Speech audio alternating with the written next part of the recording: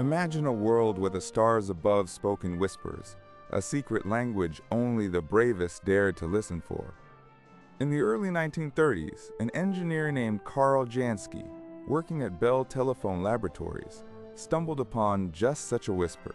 Tasked with tracking down the source of static interfering with transatlantic radio communication, Jansky built a massive, rotating antenna, a contraption he affectionately nicknamed Jansky's horseless carriage. Day after day, he meticulously logged the faint hiss. Then, one night, he noticed something astonishing. The static wasn't random. It came from a particular direction, and as the Earth turned, the signal shifted, eventually pointing towards the center of our Milky Way galaxy. Jansky had discovered that the cosmos itself was broadcasting, not just light, but radio waves. This accidental revelation, born from a practical problem, would forever change our perception of the universe, opening up an entirely new window onto the unseen wonders of space. In the spring of 1927, the mighty Mississippi River, swollen by a brutal winter and relentless rains, unleashed a fury that would reshape America. For weeks, the deluge pounded its banks, a relentless siege that finally broke. Over 150 levees, designed to tame the beast, were breached or dynamed, sending a wall of water, miles wide, surging across the heartland. Towns vanished beneath the brown tide, homes were ripped from their foundations, and families, their lives swept away, fled to rooftops and any patch of high ground they could find. Over 700,000 people were displaced, a staggering number at the time, and the floodwaters would inundate an area the size of Massachusetts. This catastrophic event wasn't just a natural disaster. It was a stark reminder of nature's power and a catalyst for major federal flood control legislation, forever altering the nation's relationship with its most powerful river. October 25, 1913. New York City. The air buzzed with the energy of a metropolis on the cusp of a new century. Amidst the bustling crowds, a seemingly ordinary couple, Henry and Amy Dickinson, were returning from a shopping spree. But their errand was anything but ordinary. Adorning Amy's neck was a breathtaking string of pearls, valued at a staggering $150,000, a fortune for its time. In a blink, the ordinary shattered. A daring street snatch, executed with breathtaking speed, ripped the priceless necklace from Amy's throat. The culprit?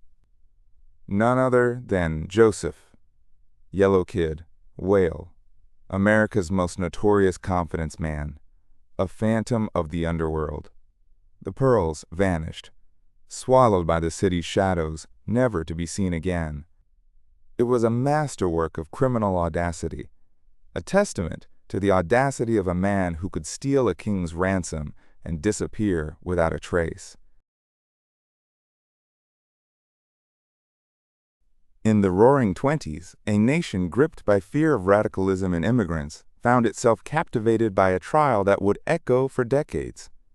Bartolomeo Vanzetti, a fish peddler, and Nicola Sacco, a shoe factory worker, both Italian immigrants and known anarchists, were accused of a daring payroll robbery and murder in South Braintree, Massachusetts.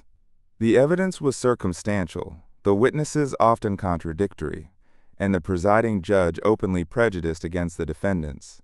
Yet, despite widespread protests and mounting doubts about their guilt, the jury delivered a guilty verdict. The case became a global symbol of injustice, a stark reminder of how fear and prejudice can warp the very foundations of justice, leaving a scar on American history that questions the fairness of its legal system. Imagine sailing directly into the heart of the Arctic ice, a ship built to withstand unimaginable pressure, a bold gamble against nature itself. This was the audacious dream of Fridtjof Nansen and his legendary vessel, the Fram.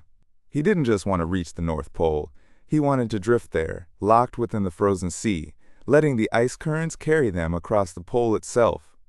For 3 grueling years, from 1893 to 1896, Nansen and his crew endured unimaginable isolation and the constant threat of the ice, crushing their fragile sanctuary. Though they didn't reach the pole, the Fram expedition shattered previous records for northern exploration, proving the existence of deep Arctic waters and forever changing our understanding of this formidable frontier. The year is 1881.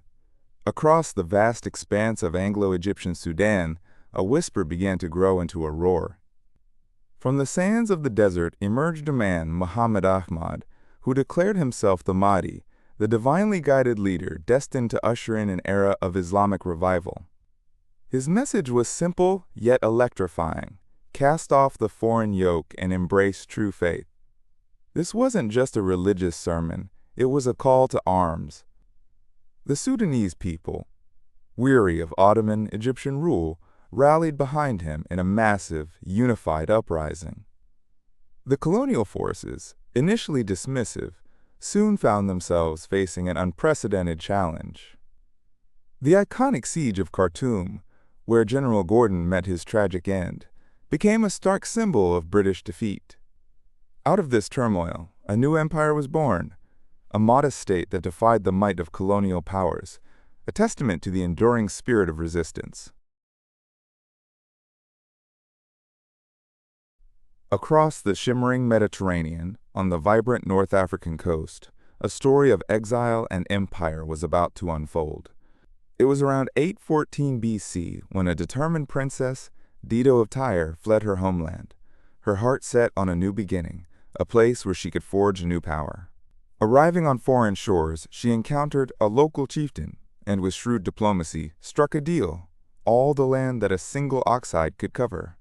But Dido was no ordinary supplicant. With breathtaking cunning, she sliced the hide into impossibly fine strips, enough to encircle an entire, vast hill.